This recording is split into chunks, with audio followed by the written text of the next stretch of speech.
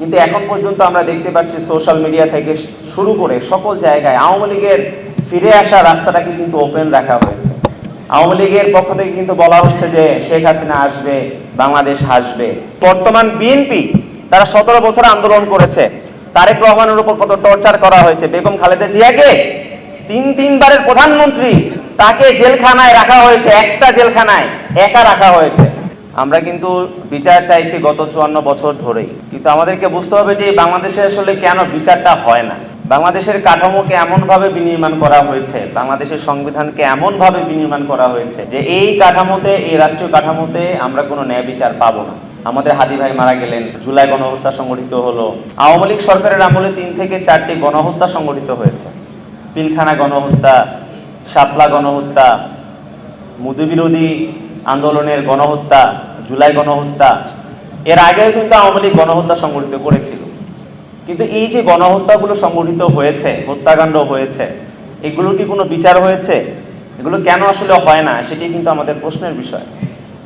সুতরাং এই বাংলাদেশকে যদি আমরা এমনভাবে সাজাতে না পারি যে বাংলাদেশে বিচার পাওয়া সম্ভব, তাহলে কিন্তু এই গণহত্যাগুলো বারবার করে ঘটবে। এখন শাপলার গণহত্যার বিচার হয়নি, হচ্ছে না, এবং সেটি আদৌতে আসলে হবে কিনা সেটি আমাদের একটি সংশয়ের জায়গা। কিন্তু আমরা বলতে চাই যে এই শাপলা গণহত্যা যারা সংগঠিত করেছে আওয়ামী লীগ, ফ্যাসিস্ট আওয়ামী লীগ, এই আওয়ামী লীগের রাজনীতি করার অধিকার আর কত গণহত্যা হলে কেড়ে নেওয়া হবে? 1971 সাল পরবর্তী সময়ে আওয়ামী লীগ 4 থেকে 5টি গণহত্যা সংগঠিত করেছে, কিন্তু এখন পর্যন্ত আমরা দেখতে পাচ্ছি সোশ্যাল মিডিয়া থেকে শুরু করে সকল জায়গায় আওয়ামী লীগের ফিরে আসা রাস্তাটাকে কিন্তু ওপেন রাখা হয়েছে। আওয়ামী লীগের পক্ষ থেকে কিন্তু বলা হচ্ছে যে শেখ হাসিনা আসবে, বাংলাদেশ হাসবে। কিন্তু আপনি যদি বাংলাদেশের সারাউন্ডিংস যদি খেয়াল করেন, তাহলে দেখবেন যে আওয়ামী লীগের ফিরে আসা রাস্তা কিন্তু আসলেই খোলা রাখা হয়েছে।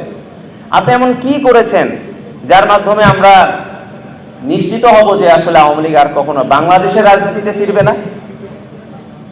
বাংলাদেশের রাজনীতিতে আওয়ামী লীগের ফিরে আসার সকল ধরনের রাস্তা কিন্তু এখন পর্যন্ত ওপেন আছে। আমরা বলেছিলাম যে আওয়ামী লীগকে বিচারিক প্রক্রিয়া নিষিদ্ধ করা হোক, আইসিটি ট্রাইব্যুনালে আওয়ামী লীগকে বিচারিক প্রক্রিয়া নিষিদ্ধ করা হোক, যেন আওয়ামী লীগ দল হিসেবে নিষিদ্ধ ঘোষিত হয়। কিন্তু আমরা দেখলাম অন্তর্বর্তীকালীন সরকার যখন চলে গেলেন, এরপরে যখন বিএনপি সরকার যখন ক্ষমতায় আসলেন, তারা কিন্তু আর সেদিকে কোনো দৃষ্টিপাত করলেন। আমরা কিন্তু জানি না যে আদৌ আওয়ামী লীগ নিষিদ্ধ হবে কিনা দল হিসেবে। তো দল হিসেবে যদি আওয়ামী লীগ নিষিদ্ধ যদি না হয়, এই যে আমরা আজকের যে আলোচ্য বিষয় শাপলার গণহত্যা, এই গণহত্যার বিচার কি সম্ভব হবে? তারা তো সেই হেফাজতের তাণ্ডব বলে এই বিষয়টাকে, ন্যারেটিভটাকে তারা এস্টাবলিশ করবে। তো আমরা চাই যে আওয়ামী লীগের এই যে হত্যাকাণ্ড, আওয়ামী লীগের যে গণহত্যা, সেই গণহত্যা যদি আমরা বিচার যদি নিশ্চিত করতে হয়, তাহলে সবার আগে আমাদেরকে নিশ্চিত করতে হবে আওয়ামী লীগকে দল হিসেবে নিষিদ্ধ করুন।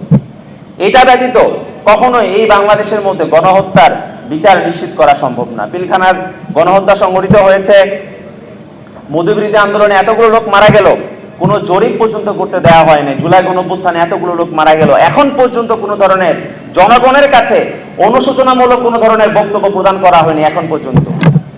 তাহলে আমরা যে বলছি যে আমরা বিচার চাই, আমরা কার বিচার চাই? আসলে আমরা যার বিচার চাই সে রাজনীতিতে ব্যাক করার জন্য তার সকল ধরনের রাস্তা প্রশস্ত করছে। কিন্তু আমাদের যে রাজনৈতিক দল আছে, বর্তমান যে সরকার আছে, সরকারের তরফ থেকে আমরা কোনো ধরনের পদক্ষেপ দেখতে পাচ্ছি না। তো এই যদি হয় বর্তমান সরকারের অবস্থা, সরকারকে বুঝতে হবে যে এই বর্তমান বিএনপি তারা 17 বছর আন্দোলন করেছে, তারেক রহমানের উপর কত টর্চার করা হয়েছে। বেগম খালেদা জিয়াকে তিনবারের প্রধানমন্ত্রী, তাকে জেলখানায় রাখা হয়েছে, একটা জেলখানায় একা রাখা হয়েছে, সলিটারি কনফাইনমেন্ট, নির্জন কারাবাস। এত কিছু করার পরে যদি বিএনপির শিক্ষা না হয় আওয়ামী লীগ কি জিনিস, এর পরিণতি কিন্তু বিএনপিকে ভোগ করতে হবে।